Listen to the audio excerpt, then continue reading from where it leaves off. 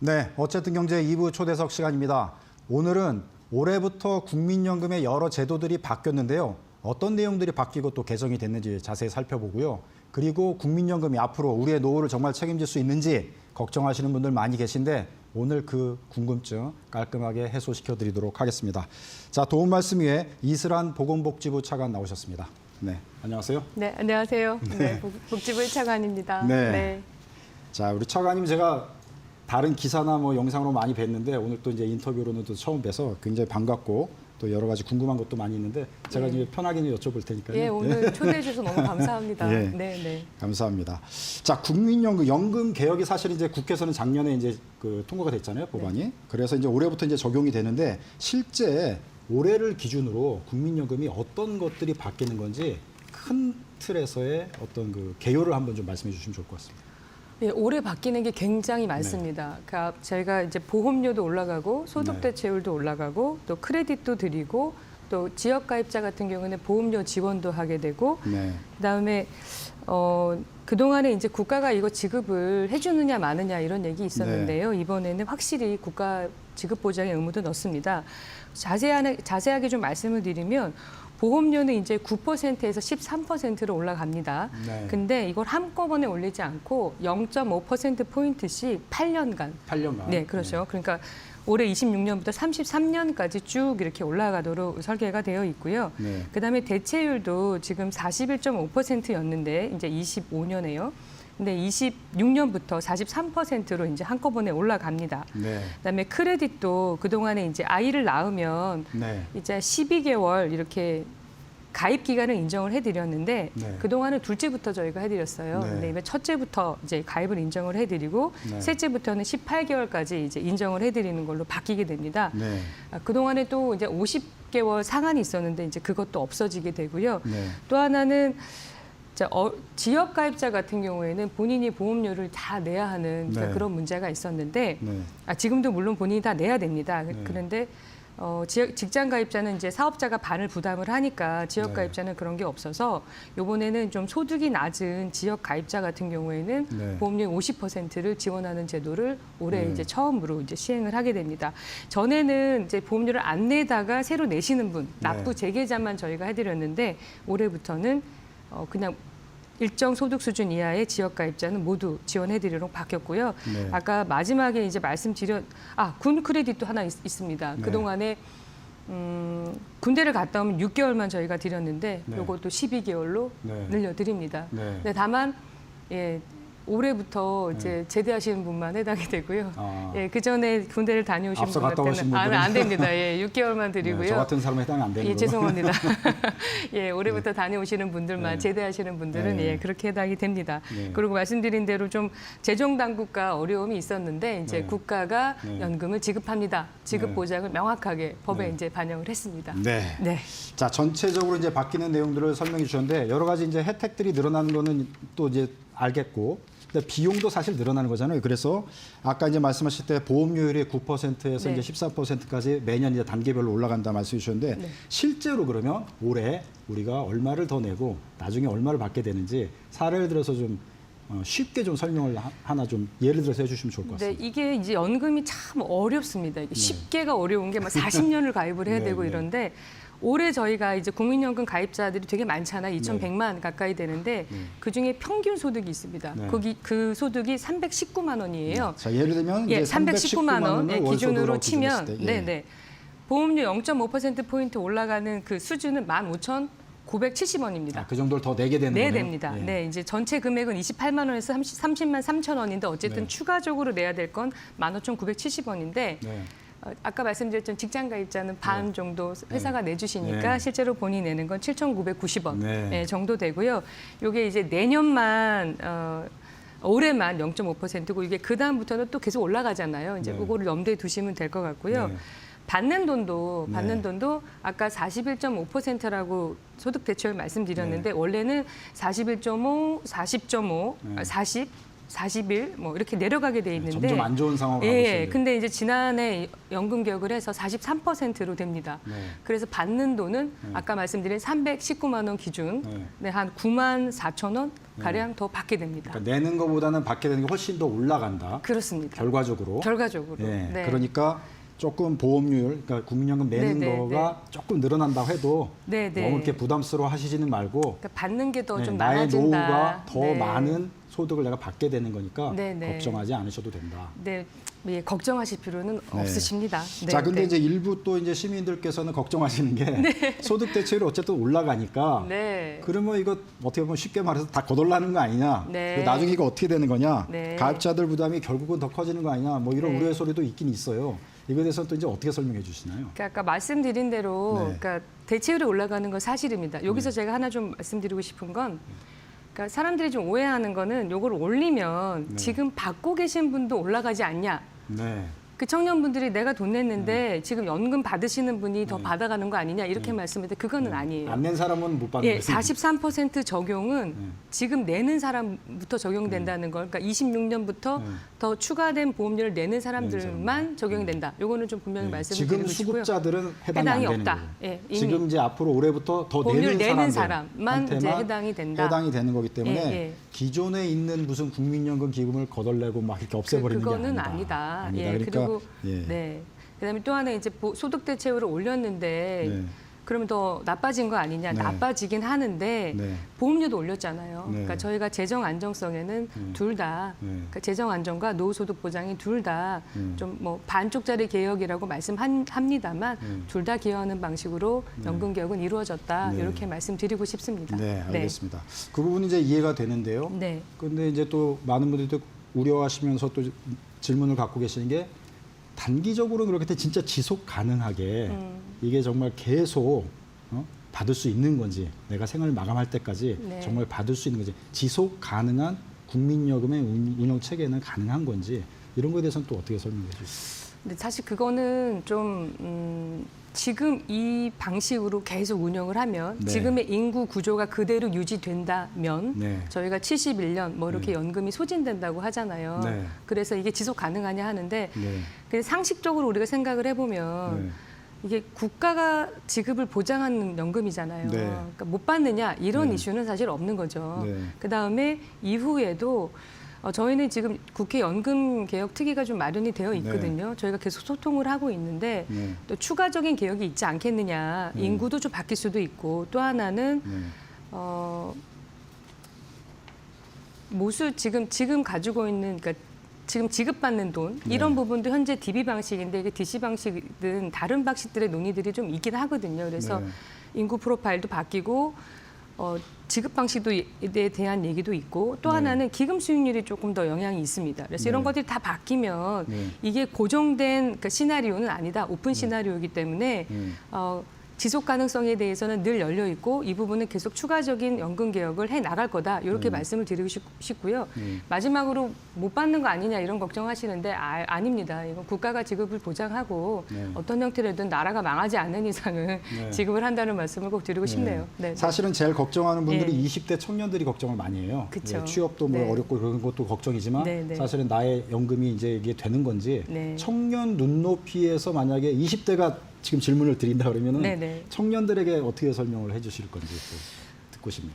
글쎄요, 이제 뭐 어떤 분들은 나는 자산 투자를 잘해요, 연금을 가입하고 싶지 않아요, 뭐 이런 말씀도 많이 하시는데 저희가 최근에 이제 뭐 통계청 국가 데이터처 이런 조사를 사회 조사를 보면 국민연금으로 노후소득 보장을 준비한다는 분이 거의 59% 네. 이렇게 가까이 됩니다. 네. 그러니까 다른 노후소득 보장 수단이 이제 별로 없으신 거죠. 네. 그리고 저희가 이 연금이라는 게 그러니까 오래 사는 사회적 위험을 서로 풀링하는 거잖아요. 네. 공동으로 대응하는 거잖아요. 네. 그러니까 이런 노후 오래 사는 거에 대한 국가적인 제도로 가지고 있는데 여기 말고는 이거는 이제 기본으로 네. 기본으로 하고 저희가 네. 아까 말씀드린 국가 지급 보장이 있으니 이 돈은 우리가 크진 않지만 기본으로 깔고 그다음에 그 이후에 본인이 더 추가적으로 노후 보장을 위해서 노력을 하고 싶으면 그 부분을 하셔도 되겠다. 근데 이 부분 국민연금 제도가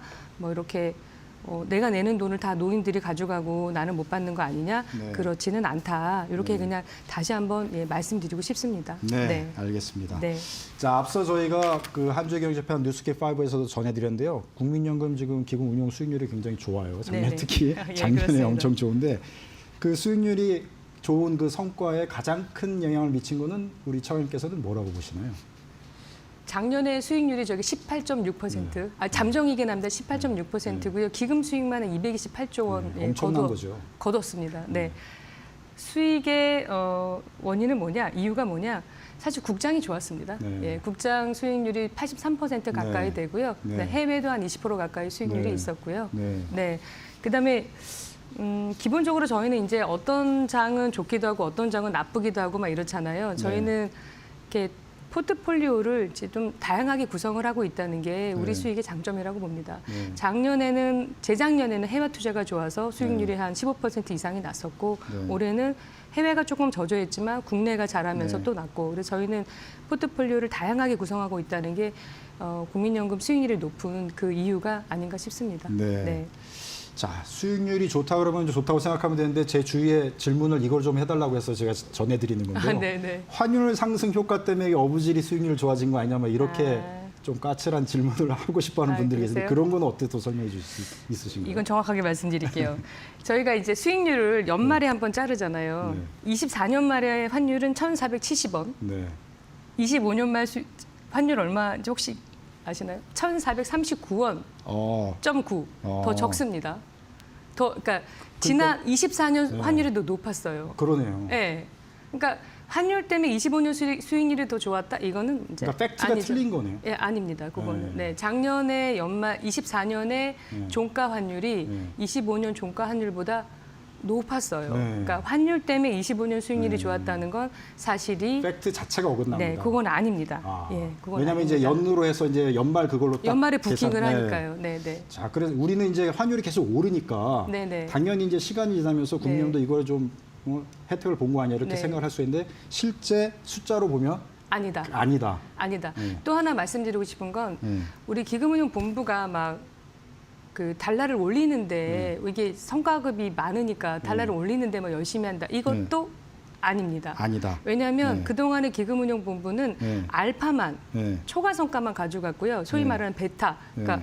환 때문에 시장 가격 변동에 따른 그 수익률을 성과급으로 가져가지 않았어요. 네. 지금은 조금 바뀌긴 했습니다만 네. 그리고 그 초과 성과하고 환율하고는 상관관계가 반대입니다. 네. 그래서 우리가 아무리 뭐 많이 투자한다 그래도 어떻게 환율을 막 이렇게 올릴 만한 역할을 할 수도 없고 그만한 규모도 아니고 네. 그렇게 할 유인도 없다. 그렇게 예, 하지는 않는다. 예, 그렇게 할 필요가 없다. 예, 이게 네. 답입니다. 네. 팩트도 이제 체크를 해드리면서 네. 여러 가지 오해도 풀어드리는 시간으로 저희가 마련했습니다. 감사합니다. 자, 지금 주식 시장이 좋아서 국민연금도 좋고 결국 이제 우리 국민의 노후도 좋아지는 거잖아요. 그러니까 수익률이 좋다는 거는 국민연금 입장에서 되게 좋은 건데 이게 어떤 상관관계와 실제로 국민연금의 안정성 차원에서 어떤 의미가 있는지 우리 일반 시청자분들에서 좀 그런 것도 좀 자세히 이 자리에서 좀 설명해 주시면 좋을 것 같아요.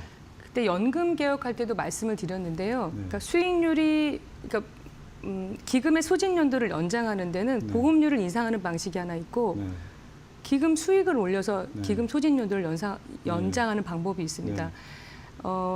수익률이 1% 정도가 올라가면 네. 소진 연도를 한 7년 정도 더 연장을 합니다. 연 예. 1% 수익률이 올라가면 네, 근데 연 1% 수익률이 추가로 올라가면 네. 7년 7년을 정도의 늘려요? 소진을 네. 기금을 늘 걱정하시잖아요. 네. 그 기금이 소진되는 연도가 뒤로 확 네. 밀리게 되는 거죠. 네. 근데 이제 여기서 1%는 올해가 1%가 아니라 계속 1%가 돼야 되는 거죠. 예를 들어 5.5%를 하려면 계속 5.5%를 해야 71년에 소진이 되는 거고 만약에 1%더 올린다고 그냥 상식적으로 얘기하면 예를 들어 6.5%를 한다. 그러면 이제 그거는 기금 규모가 더 베이스가 커지기 때문에 90 몇 년까지 가기도 합니다. 근데 그걸 우리가 할 수 있느냐? 이거는 다른 문제이고요. 어쨌든 수익률이 올라가면 기금이 소진되는 연도가 뒤로 미뤄진다. 예, 네. 그런 재정 안정의 효과를 갖게 됩니다. 네. 예. 자, 국민연금이 최근에 그 외화 조달 다변화 방안으로 이제 외화 채권 발행을 좀 계획 중인 걸로 얘기를 들었거든요. 네네. 이런 것들은 또 어떤 의미가 있는지 상당히 또 이것도 우려하시는 분도 있거든요. 한편에서는. 네. 아, 요즘 어떤 의미인지 뭐, 설명해 네, 뭐 국민연금을 둘러싼 여러분들이 말씀을 많이 하셔가지고요. 네.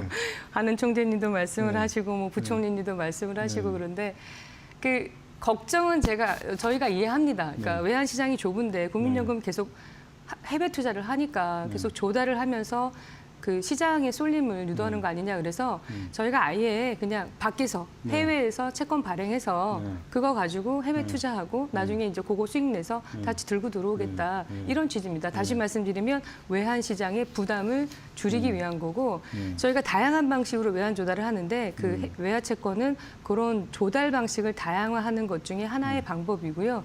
이거 가지고 자꾸 무슨 외환이 동원되는 거 아니냐 이런 말씀하시는데 그거는 그건 아니다. 아니다. 그것도 오해다. 그것도 오해다. 네. 전반적으로 이제 국민연금의 글로벌화 차원에서 네네. 여러 가지 이제 운영이 뭐 국내에서만 하는 건 아니니까 네네. 이렇게 다변화를 시키면 리스크도 이제 해지가 되면서 그렇습니다. 여러 가지 수익률도 올릴 수 있는 방안도 네. 만들어질 수가 있으니까. 그렇죠. 외화 채권은 진짜 그야말로 시장에서 자꾸 조달하니까 뭐 일방향으로 조달한다, 맨날 사간다 이러시니까 그냥 국내 외환 시장의 부담을 줄이고자 그냥 밖에 나가서 네. 조달을 하겠다 이런 네. 뜻입니다. 한편으로 이제 국민연금에 대한 어떤 뭐 오해일 수도 있고 뭐 의문점일 수도 있고 그런데 일반적으로 또 이제 이런 얘기도 많이 하세요.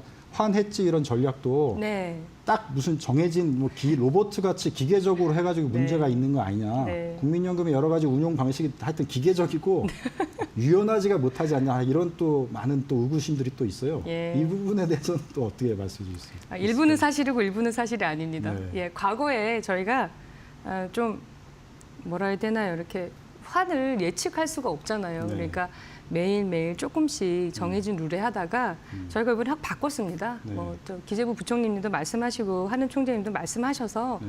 시장에 전략적 모호성을 주기 위해서 네. 예전에는 기금운용위원회에서 다 정했는데 이제는 그렇지 않고 저희가 위임을 받아서 작은 이제 TF를 운영합니다. 거기에서 시장의 환율 상황에 유연하게 대응하도록 이번에 좀 바꿨습니다. 네, 그 바뀐 게 작년부터 바뀐 건가요? 그럼요? 네 작년 말에 바꿨습니다. 아, 그러니까 어떻게 보면은 네. 지금 정부의 예. 코스피 5천 공략과 이쪽 부분에서는 네, 운용의 유연성을 더 강화했다. 뭐 이런 식으로 해석해 볼 수 네 있겠네요. 환해지 전략의 유연성을 네. 강화했다. 네. 그다음 전략적 모호성을 만들었다. 아, 예, 네, 이렇게 알겠습니다. 생각하시면 되겠습니다. 자, 이제 한편으로는 이제 우리 어르신들 네. 노령연금 있잖아요. 예. 노령연금이 또 이제 많은 분들이 얘기하시는 게 내가 소득을 올리면 네. 연금이 깎인다. 이것도 너무 기계적으로 많이 깎인다. 이런 말씀들을 어르신들이 많이 하시는데 오늘 기계적 말씀을 많이 하시네요. 네. 그래서 이제 예. 뭐 소득 올릴 필요가 있냐 뭐 이런 얘기들을 어르신들이 많이 하시잖아요. 네. 요거는 어떻게 지금 되는 겁니까 앞으로? 그것도 사실이었고요. 네. 바꿨습니다. 이것도. 바꿨어요? 네, 네. 그것도 작년 말에 법 통과 시켜가지고요. 네.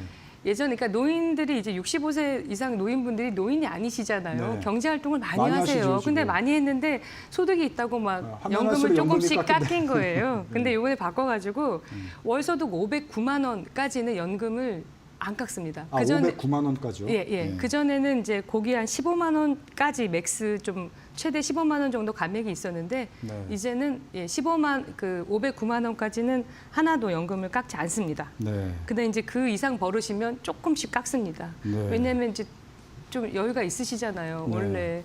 원래 국민연금의 취지는 돈이 없으신 분들을 보장하기 위한 거니까 네. 대기 소득이 많으신 분들은 조금 네. 깎고 네. 509만 원까지는 저희가 이제 한 푼도 깎지 않고 온전히 다 연금을 돌려드리도록 작년에 법을 바꿨고요. 올해 1월부터 시행하고 있습니다. 지금. 네.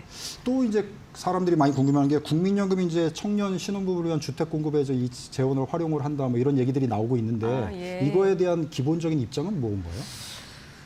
글쎄요, 이제 출생률 반등을 위해서 이제 연기금이 좀 역할을 해야 되는 게 아니냐, 뭐 그런 필요성 이런 거는 공감을 하는데요. 네. 이게 잘 아시겠지만 이 연금은 우리 이제 앵커님도 내셨을 텐데 네. 앵커님 돈이 있잖아요. 네. 예, 이게 국민들의 노후 자산이잖아요. 네. 그럼 저희가 성실한 관리자로서의 의무를 다 해야 되고 네. 원칙이 있는데 이게 진짜 필요한가? 네. 그다음에 연금이 해야 될 역할인가? 이런 네. 부분에 대해서 사회적 합의가 좀 필요합니다. 네. 그래서 이건 기금운용위원회에서 뭐 사회적 합의를 통해서 논의가 진행이 되어야 되지 않을까 이렇게 생각합니다. 네. 네. 자, 이게 시간이 별로 없어가지고 끝으로 네. 이제 질문을 드려야 될 것 같은데. 네.